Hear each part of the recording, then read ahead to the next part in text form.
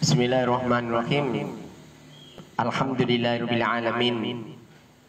Alhamdulillahil fattatil jawadil mu'aini.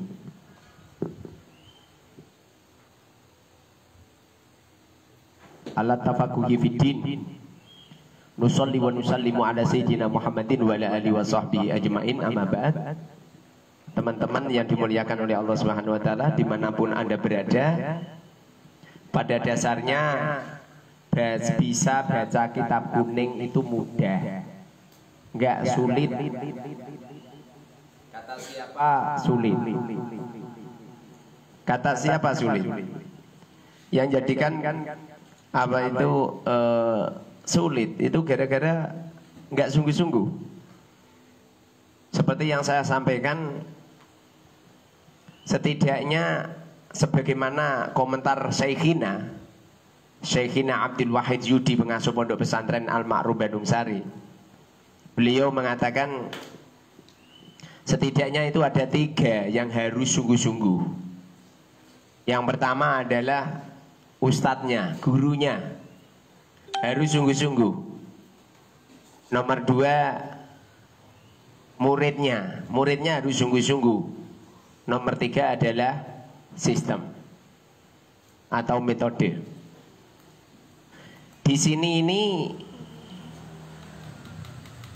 kalau masalah metode, cara, bisa baca kitab kuning, banyak pondok-pondok pesantren mengeluarkan sistem.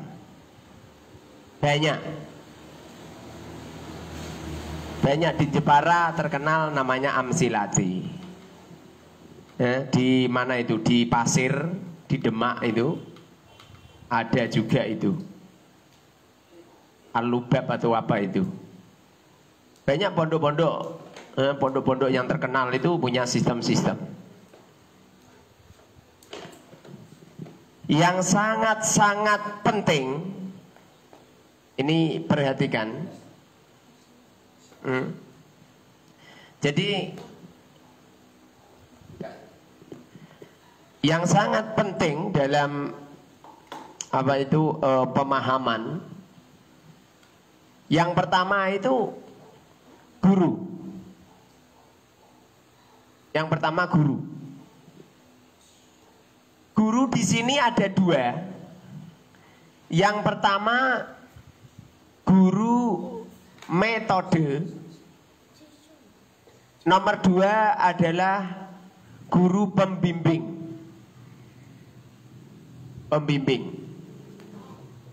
Jadi ada guru yang menyampaikan materi secara metode cepat. Kemudian ada guru pembimbing yang setiap saat menyertai santri.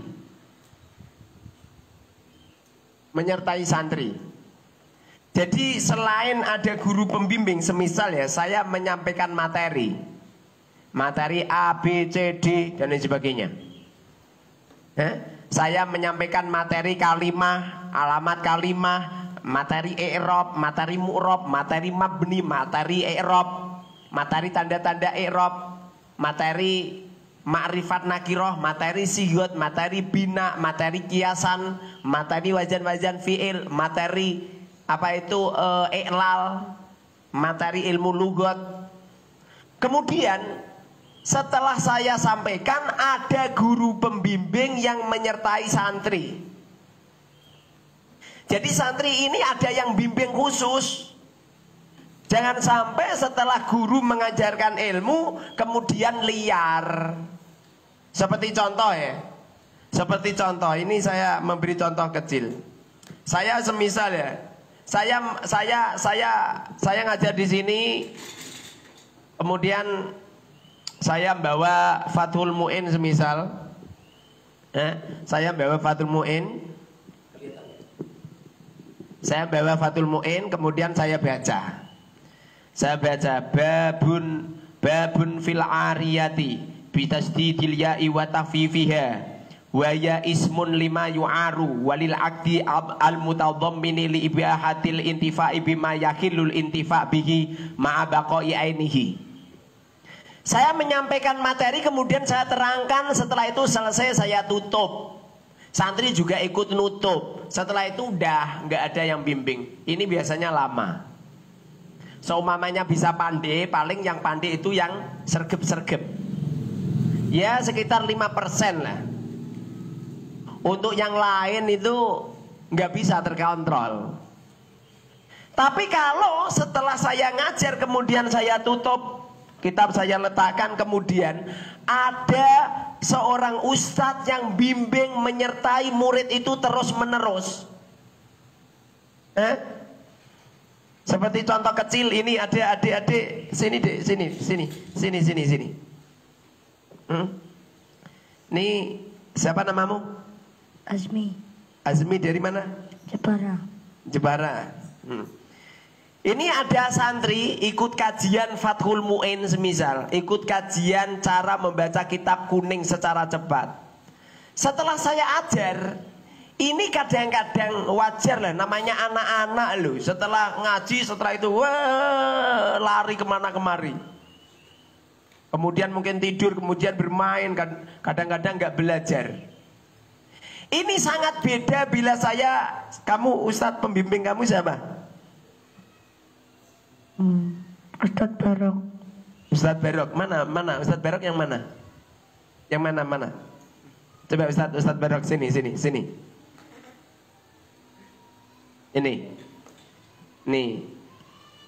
Ini saya kenalkan, namanya Ustadz Barok ini. Ustadz Husni Barok. Belum laku-laku nikah. Ini udah hafal Quran, kitabnya cukup bagus.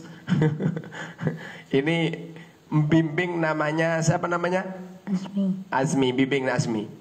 Jadi ini setelah saya ajar, saya kan pulang. Wong pondok saya rumah saya itu sekitar mungkin 70 meter atau mungkin 50 meter. Sehingga saya tidak tahu keberadaan santri di aula, nggak ngerti. Saya tidak tahu keberadaan santri di pondok, nggak ngerti. Pada akhirnya Ustadz Barok inilah yang memegang santri, yang mengajar santri, yang mendidik santri, bahkan yang ngerawat keilmuan santri. Walaupun di sini saya ngajar itu 1 hari itu saya hadir di majelis santri setidaknya 7 kali saya hadir. Saya hadir 7 kali. Begitu juga Ustadz Barok ini terus menerus untuk udah diajar kitab apa? Kitab kuning, bukan kitab biru ya. Kitab kuning. Mana kitab kuningnya? Udah Ustaz. Mana kitab kuningnya, mana, ambil coba. Mana? Nanti membaca nanti. Mana? Mana? Lah ini. Kamu diajarin kitab apa? Kitab kuning. Lah ya, kuningnya namanya apa? Safinatun Najah. Safinatun Najah. Ini santri diajarin sama saya ajar dengan standar kitab kuning, tapi kitabnya putih ya. Kitab kuning. Namanya ini kitab Safinah. Ini belum ada maknanya. Kamu udah diajarin ini ya? Coba baca.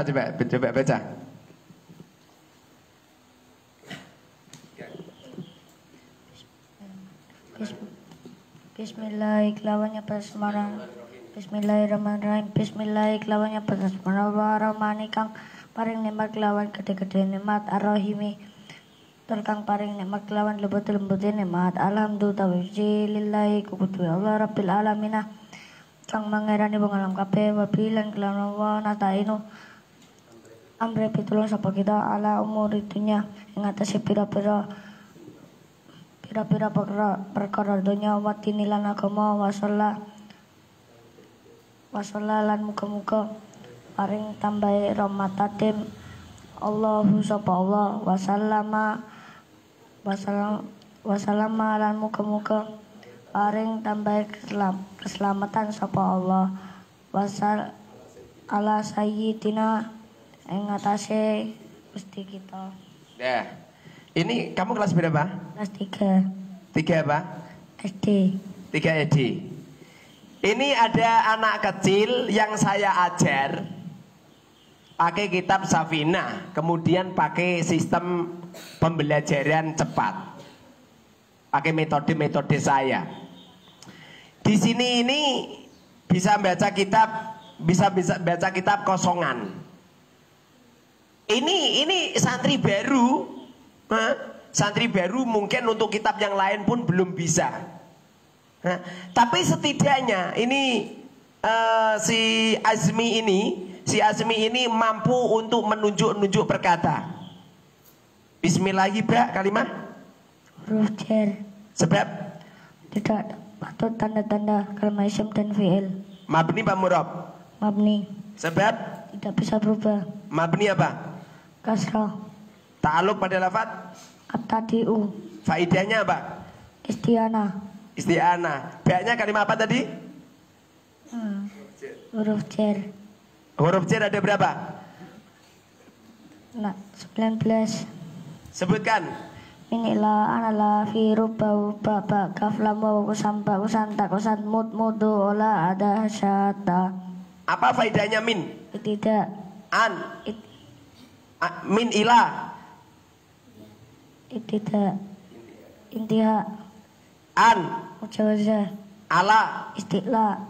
Fi. Darfiyah. Rubah. Kelil taksir. Wawu rubah. Kelil atau taksir. Ba. Istiana. Kaf. Asbi. Lam. Milki. Wawu kosam. Kosam. Ba kosam. Kosam. Tak kosam. Kosam. Mud. Darfiyah. Mundu. Fiyah. Khola. Istisna. Ada. Jisna. Hasa. Istisna. Hatta. Goya. Oh ya. Jadi materi yang saya sampaikan ini sistemnya ini harus hafal. Jangan sampai nggak hafal. Kalau panjenengan hanya sekedar melihat, memahami materi saya, kemudian materi kamu tidak hafal, ya tidak bisa. Coba ini. Pegang. Apa tanwin? Harokat yang double. Ada berapa tanwin? 3. Sebutkan. Dumatan fatatan kasratan win. Contohkan. Zaitun. Yang al contohkan. Alhamdulillah. Jen ada? 3. Sebutkan. Kasrah kasratan mudofilah. Huruf jen ada? 19. Apa mudof?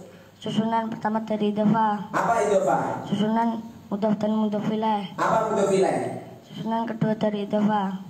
Musnad ilaih ada berapa?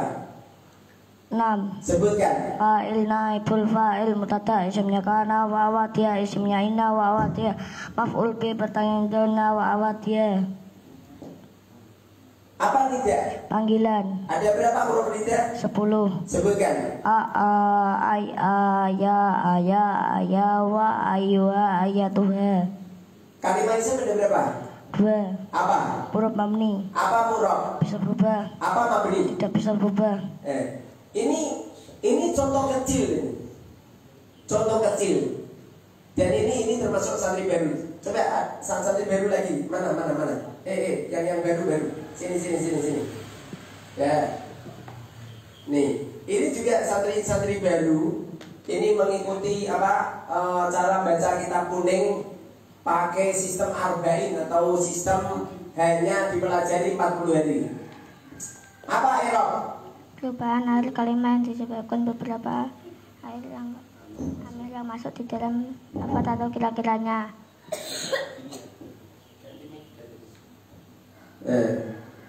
Apa?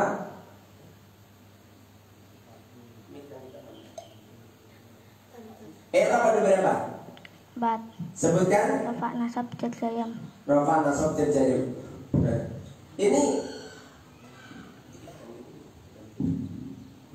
Ini apa itu santri ini juga baru dan itu menjelajah beberapa kitab dan kita ajarin tentang tentang nahu sorof lughah. Kalimat fi'il ada berapa? 2. Yang keras. Kalimat fi'il ada berapa? 2. Sebutkan. Mabni murab. Apa mabni? Bisa berubah. Apa murab? Bisa berubah. Fi'il yang mabni ada berapa? 2. Apa? Madi amar. Madi dan amar. Kalau fi'il yang murab fi'il apa? Mudhari. Mudhari. Ini juga santri-santri baru. Jadi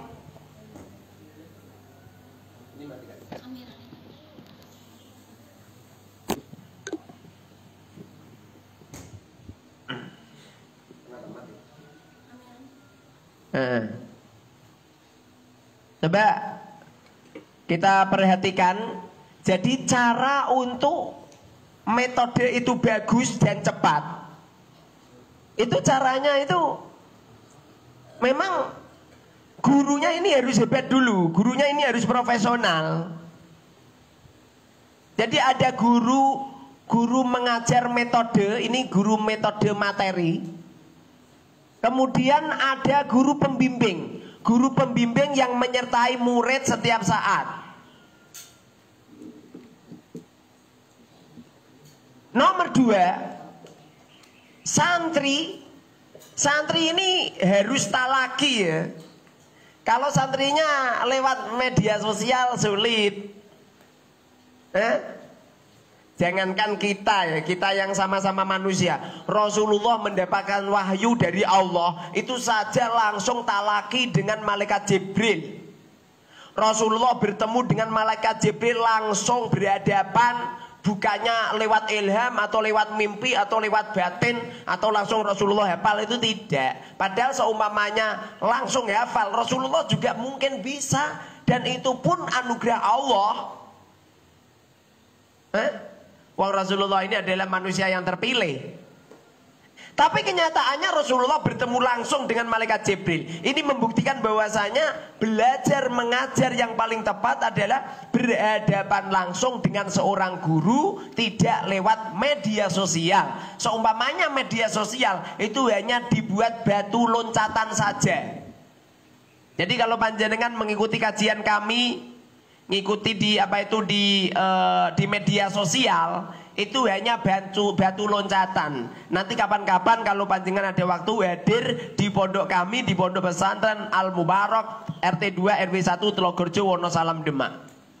Langsung berhadapan. Nanti hasilnya akan maksimal. Nah, jadi santri ini harus sungguh-sungguh. Harus sungguh-sungguh. Dan ini tidak ada alasan santrinya apa? Aduh Ustaz, ini santrinya dedel. Nggak ada. Semua orang ditakdir sama Allah cerdas. Yang umpamanya ada santri dedel, itu paling 10%, 90% santri ini cerdas semua. Ya kan dari deteksi saya ya semuanya 99% berhasil. 90% berhasil. Mana santri yang paling dedel mana? Mana? Gitu. Jadi 90% semua ada peluang untuk mahir. Seumpamanya ada santri dedel, itu mungkin ya dikarenakan dua masalah. Yang pertama adalah lingkungan.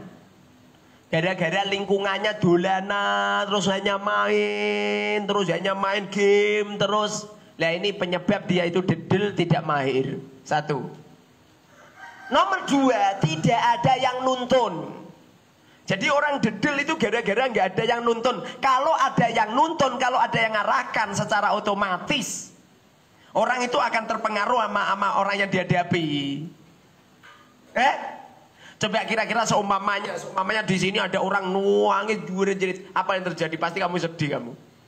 Tapi apa yang terjadi di saat di depan kamu ini ada orang yang tertawa berbuah-buah, jingrak mencorot sampai jungkir balik juga, pasti kau akan tertawa juga. Jadi orang itu akan terpengaruh dengan siapa yang dihadapi. Guru pembimbing lah sangat penting dalam pembahasan ini.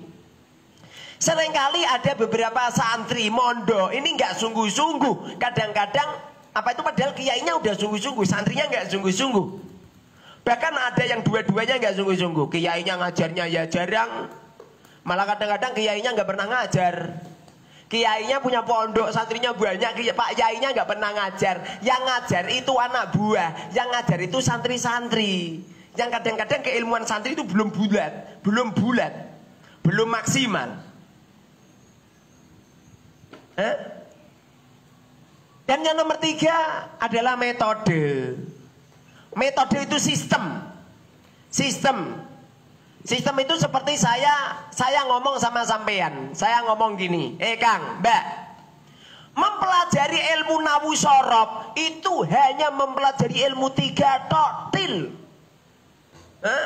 Hanya mempelajari ilmu S3 saja.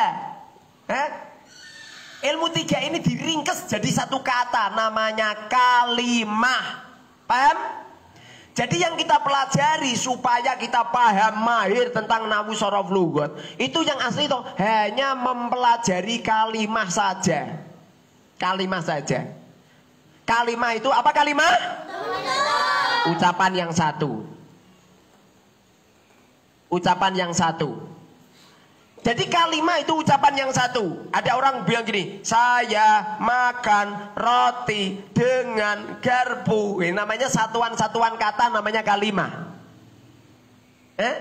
Saya buat contoh. Saya makan roti dengan sendok semisal. Dengan sendok. Satuan kata ini namanya kalimah. Apa kalimah? Ucapan yang satu. Udah selesai. Ini kamu sudah menguasai nahwu, sorof, lugot. Tapi hanya sekedar kalimah tok. Paham? Apa kalimah? Ucapan yang satu. Cara untuk mempelajari santri biar mahir, caranya itu toh. Caranya ini yang kecil ini suruh maju. Kalau belum hafal jangan dipindah. Sini. Canyar siapa wi? Nama kamu siapa? Sini. Sini. Setelah saya menyampaikan kalimah, ini anak kecil ditanya, apa kalimah? Ucapan itu. Apa kalimah? Ucapan yang satu. Apa kalimah? Ucapan yang satu. Nanti diwirid ya 100 kali ya. Kalau setelah sholat fardu ngomong kalimah ucapan yang satu, kalimah ucapan yang satu, kalimah ucapan yang satu, gitu ya. Gimana tadi? Apa kalimah? Ucapan yang satu. Ulangi lagi coba. Kalimah ucapan yang satu. Ucapan yang satu. Ada kalimahnya. Kalimah ucapan yang satu. Kalimah ucapan yang satu. Lagi terus. Kalimah ucapan yang satu. Terus. Kalimah ucapan yang satu. Udah hafal? Udah. Lah. Kalau sudah hafal, ini mohon ini sistem ini. Kalau sudah hafal kan lari dia. Kalau sudah hafal kalimah adalah ucapan yang satu, nanti ditambah lagi. Ditambah lagi yaitu kalimah ada 3. Isim, fi'il, huruf. Kalimah ada berapa? 3. Sebutkan? Lah. Setelah itu, setelah disampaikan materi yang semacam ini, saya akan memanggil santri lagi. Sini. Sini, ini santri baru ini. Nama kamu siapa? Ilyas Yunus. Zakaria, Yahya. Ilyas ya. Dari mana? Gerobokan dari mana? Amerika, apa Kuwait, apa Hong Kong, apa Cina? Jawa mana? Jawa Tengah. Oh, Jawa Tengah, ya. Ayah ibu masih hidup maksud saya, masih hidup. Oh iya. Aku kira udah yatim. Ini ada namanya Ilyas, santri baru ngikutin saya. Jadi setelah saya sampaikan materi kalimah, ada berapa kalimah, kemudian disebut. Ini saya tanya, nanti kalau sudah hafal atau nanti tambah lagi. Apa kalimah? Ucapannya itu. Ada berapa kalimah? 3. Sebutkan. Isim, fi'il, huruf. Udah hafal? Udah. Pinter. Dah, duduk. Caranya seperti itu. Jadi materinya nggak usah banyak-banyak. Materinya nggak usah banyak-banyak. Sedikit yang penting hafal. Kenapa bisa seperti itu? Al ilmu fi sudur. Ilmu itu ada di hafalan. Ilmu itu ada di dada, bukan di kitab. Kalau di kitab lah nanti ya orang-orang fakir akan kalah sama orang-orang kaya. Orang kaya itu kitabnya banyak. Beli kitab 1 tronton bisa orang kaya. Kalau orang fakir ini juruminya aja. Subhanallah. Punya kitab juruminya disuamai nyampe double-double. Samai koran, samai plastik, wadah semen ya. Subek ditambal-tambal. Tapi anaknya orang fakir ini punya kelebihan, dia hafal, sementara anaknya orang kaya kitabnya banyak, dia nggak hafal. Ini mubazir ini. Apa manfaat sebuah ilmu kalau nggak hafal? Ini saya naikkan lagi. Saya tambah lagi materinya. Setelah saya terangkan kalimah apa kalimah? Ada berapa kalimah? Sebutkan. Kemudian saya naikkan lagi. Kalimah isim adalah nama. Fi'il adalah pekerjaan. Huruf adalah tidak nama, tidak pekerjaan. Ini santri yang mengikuti kursus, jangan sekali-kali merubah kata-kata saya. Jadi kata-kata saya jangan dirubah. Apa isim? Nama. Apa fi'il? Pekerjaan. Apa huruf? Tidak nama, tidak makan. Jangan merubah, walaupun sampeyan ada santri yang mondok ke sini, tadinya mungkin dari pondok besar, kemudian dia paham al-ismu hiya kalimatun tadullu ala ma'nan fi nafsihi walam taktarin bi zamanin. Kalimat isim adalah kalimat yang menunjukkan makna dirinya sendiri dengan tidak disertai dengan zaman. Walaupun bisa seperti itu, di sini di majelis saya tidak boleh ngarang-ngarang sendiri dan tidak boleh membawa ilmu dari luar, harus dikosongkan. Jadi akalnya harus dikosongkan. Akalnya dikosongkan. Kalau sampean pengen ngambil ilmu dari saya, kemudian itu sama saja sampean pengen mengambil air dari saya. Kalau sampean bawa ember, kalau sampean bawa bejana panjenengan sudah penuh. Sampean bawa ember, tapi ember kamu sudah penuh air. Bagaimana mungkin kau bisa ngambil air dari tempatku? Makanya kosongkan dulu, caranya seperti itu. Kemudian setelah sampeyan mengetahui tentang kalimah, dan jumlah kalimah ada 3, sampeyan dituntut untuk mengetahui tanda-tanda kalimah. Tanda-tanda kalimah.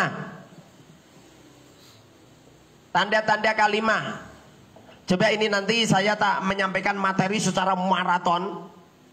Enggak pagi, enggak siang, enggak sore, enggak malam, terus coba. Nanti ada 2 hari katam. Wong ilmu nahwu sorof lugat itu mudah. Nahwu sorof lugat itu ilmu alat. Mudah. Seperti ada seorang tukang pengen nukangi, dia pengen beli alat, gampang itu. Mereka ke pasar, kemudian beli gergaji, beli tata, beli peralatan, beli mesin ini, mesin itu, dan lain sebagainya. Mudah. Yang paling sulit itu mempraktekkan alatnya. Jadi belajar nahwu sorof lugat itu mudah. Yang sulit itu mempraktekkan alatnya. Di sini ada kitab, kemudian kitab ini kita buka, kemudian kita baca. Jeret gitu. Ini ada kitab. Di sini ada kata-kata gini. Walawis sama'a ibnon wa abun. Walawis tama'a ibnun wa abun. Ini saya bisa ngomong walawis tama'a ibnun wa abun. Ini kalau orangnya nggak paham nahwu sorof, apa mungkin, apa bisa? Walaupun dia orang Arab Saudi, walaupun dia orang Timur Tengah, dia akan berbicara mengikuti adat istiadat di sana, dan dia tidak tahu tentang kaidah-kaidah yang ada di nahwu sorof. Mudah itu belajar nahwu sorof lugat itu mudah. Yang sulit itu mempraktekkan. Praktekannya ini sulit. Kalau masalah materi 2 hari katam. Kalau pengen santai 1 minggu. Setelah 1 minggu katam. Setelah itu toh nanti menjelajah kitab-kitab itu semua. Ini kitab-kitab saya tak taruh di pondok semua. Saya nggak pengen saya kitab taruh di bopet, di dalam, kemudian tidak ada. Ini baru mukadimah, nanti kita teruskan. Ini berhubung udah duhur, ini muadzinnya udah datang, ini Pak Kaji Mustamir ini. Ya, terima kasih, semoga bermanfaat. Wallahu a'lam bishawab.